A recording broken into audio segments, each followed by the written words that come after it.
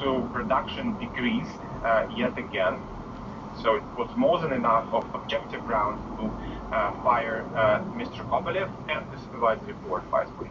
Yeah, but okay. So and on that, why did the government feel the need to bypass the supervisory board by dismissing it for 2 days and bypassing those corporate governance structures that were put in place to protect the firm? I mean, do they not matter?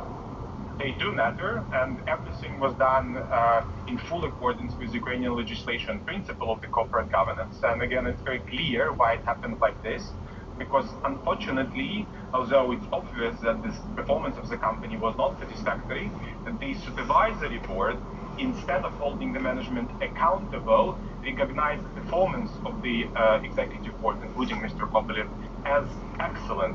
And the government could not agree. What's the point of a board? But what's the point of a supervisory board comes in and says, we don't agree with you, we're just going to get rid of you so we can do what we want? The government acted in this particular case as a general meeting. In every civilized country, the shareholders, they have all the rights basically in respect of the companies they own.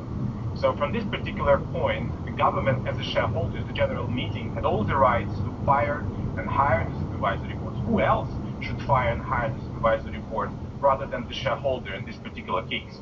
And then the government said, look, I do not agree with your assessment.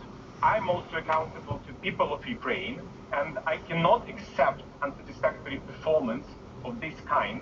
And that is why, as a government, I'm holding the management accountable, and I'm launching a new open tender for the new supervisory board. Because the current supervisory board, I must say, was selected outside the normal procedure, without any open tender, without basically at least full adherence to the corporate governance principles.